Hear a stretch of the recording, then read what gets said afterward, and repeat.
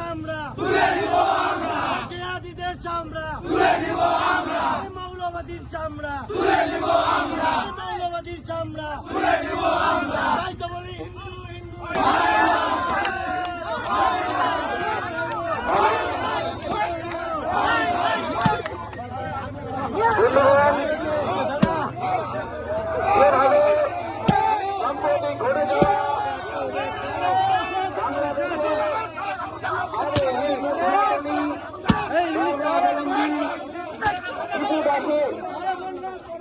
যেভাবে নির্মমভাবে হত্যা করার পর তাকে প্রকাশ্য আজকে আমরা রামগঞ্জ বাজারে একটি প্রতিবাদ মিছিলের আয়োজন করেছি। আমরা আমাদের কার্যকর্তাদের বলব আমরা সুস্থভাবে যে প্রতিকৃতি আমরা প্রতিকৃতিকে দাহ করব। জিহাদিদের চামড়া জিহাদিদের চামড়া আতঙ্কবাদীর চামড়া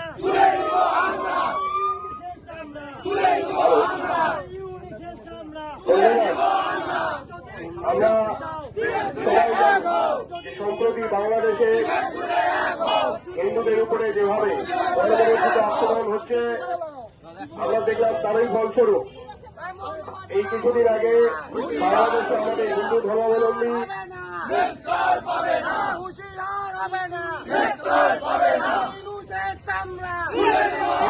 বাংলাদেশের হিন্দুদের উপরে যে আক্রমণ হচ্ছে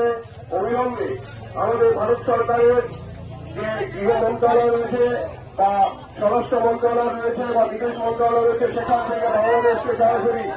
একটা বিধি প্রদর্শন বা হুমকি প্রদর্শন করা হোক। যদি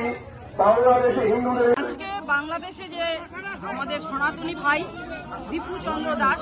তাকে নির্মমভাবে বাংলাদেশি জিহাদি তার গায়ে কেরোসিন তেল দিয়ে তাকে গাছের মেরেছে এবং তার এই যে মৃত্যুর জন্য আজকে আমরা প্রত্যেক সনাতনীরা আজকে আমরা দেওয়ানগঞ্জ বাজারে তার প্রতিবাদে এই যে সনাতনী রক্ষার জন্য সনাতনী রক্ষা করার জন্য এবং এর প্রতিবাদে আমাদের সনাতনী ভাইকে যেভাবে তাকে মারা হয়েছিল তার প্রতিবাদে তার জন্য আমরা চাই যে ভারতবর্ষে যত সনাতনী আছে যত সনাতনী ভাই বোনেরা আছে কেউ নিশ্চুপ হয়ে থাকবে না, তারা তার বিরুদ্ধে লড়াই করবে যতদিন পর্যন্ত এই দীপু চন্দ্র দাসের রক্তের বলিদানের যে আমরা যতদিন পর্যন্ত তার বিচার না পাইছি যা পাবো ততদিন পর্যন্ত আমরা আমাদের এই লড়াই চালিয়ে যাব। কারণ আমাদের ভাইকে তার জন্য প্রতিবাদ আমাদের চলছে এবং ভারতবর্ষের সমস্ত সনাতনী ভাইদের বলবো যে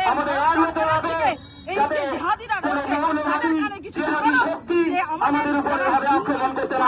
বাংলাদেশে রয়েছে তাদের সুরক্ষা নিশ্চিত করতে হবে। সেই জন্য ইউনিট সরকারকে জিহাদিদেরকে আমরা ধিক্কার জানাই। আমি একজন